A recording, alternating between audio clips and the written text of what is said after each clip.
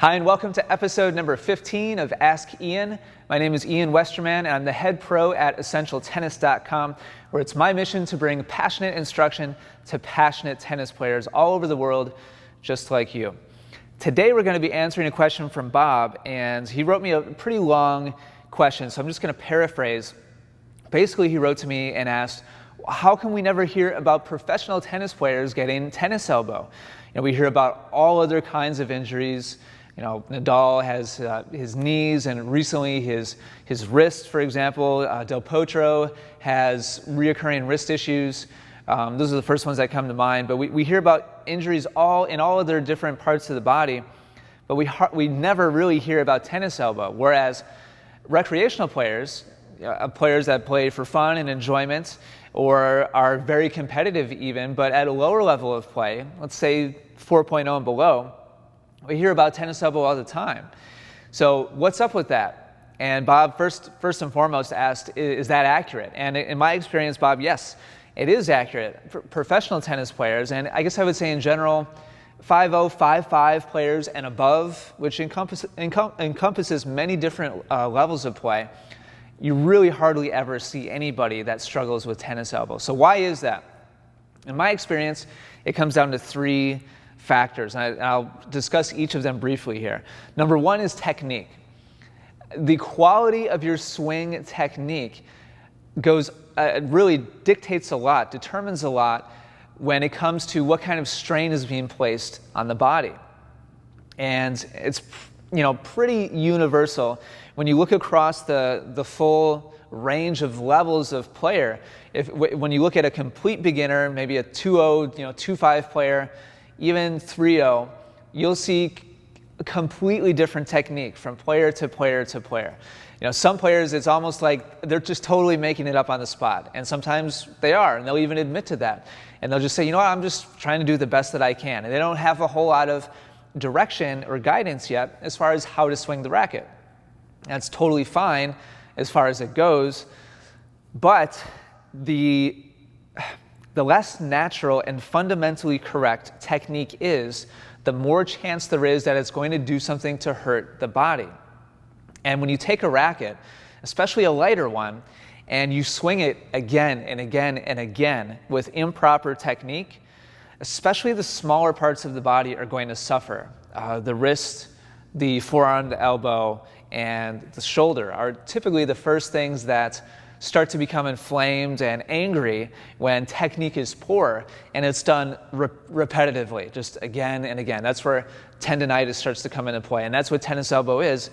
And golfer's elbow, which is on the bottom of the forearm, it's just a repetitive inflammation, and very frequently it's due to bad technique.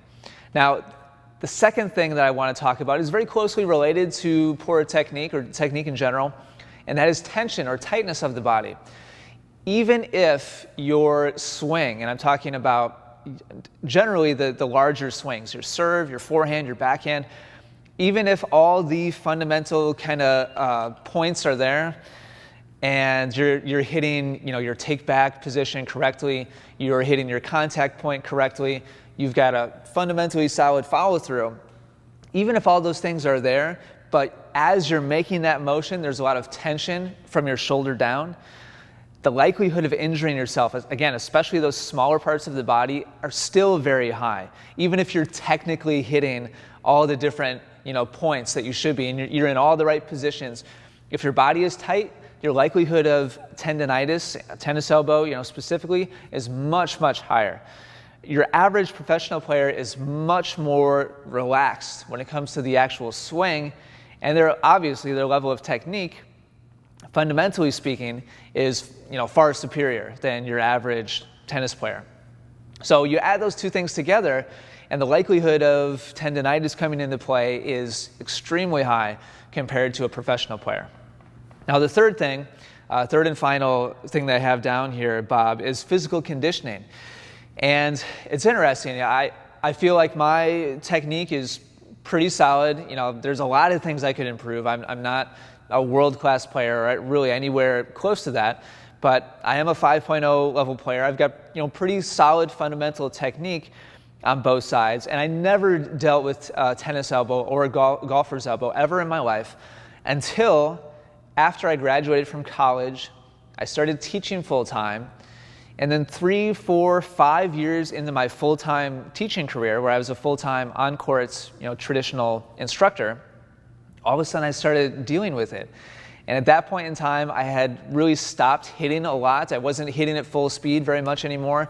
I was out there with students. I was doing a lot of feeding. I was playing a lot of customer tennis, where my job was to play at just the right level for each individual student, and that was almost always way below my own level. And so my arm and my shoulder became weak. It used to be that day in and day out, year after year after year after year, I was hitting at full intensity, full speed, shot after shot after shot, with pretty good technique and a pretty loose, relaxed body. And so over time, I had built up a lot of strength and a lot of resiliency. And when I stopped playing a lot of tennis, I was teaching a lot instead, even though I still had good technique, and even though I was still loose and relaxed, relatively speaking, I started to get tennis elbow and golfer's elbow, especially when I went back and then, once a week or maybe every other week, I would play a baseline game with one of the other teaching pros, or we would just hit back and forth. And then I would, the next morning, I'd be like, oh man, I can't, what's going on here? I've got a little bit of tennis elbow or golfer's elbow. So I found personally that once I allowed my strength and resiliency physically to drop below a certain level, all of a sudden, even with pretty good technique and a pretty good job as far as being relaxed was concerned, I still started to get it. So what's the final lesson here is technique is very important. Having a loose, relaxed body is very important. Keeping your body strong and resilient to injury is also incredibly important. If you're very deficient at one of those three, still very likely that you could get tennis elbow. Not a guarantee, but much more likely. If you're doing just a pretty good job with all three, chances are you'll never have to deal with it. But it's something where you have to have at least a little bit of competency in all three of those areas in order to avoid it a high percentage of the time. So, Bob, hopefully that makes sense. The pros have all three of those things in spades. They don't have to worry about it at all. Their injuries are much more from, bigger, more violent things. Stopping really aggressively and changing direction. Typically, it's those types of injuries that professional players get, not so much the smaller parts of the body. Although it does happen. I mentioned Del Potro in his wrist and Rafa in his wrist. But tennis elbow is something where it's really going to come down to one of those three things being deficient the vast majority of the time. So with that, hopefully you've enjoyed today's lesson, today's episode of Ask Ian. Thank you so much for watching. If you have a topic that you'd like me to cover in a future episode, leave that down below in the comments, and I'll do my best to include it. If you're watching on YouTube and you've enjoyed this video, do me a favor and click like. Also subscribe to the Essential Tennis YouTube channel. If you have any general comments or questions, please feel free to leave those down below. With that, thank you so much for watching. I appreciate your time and your attention. Take care, and good luck with your tennis.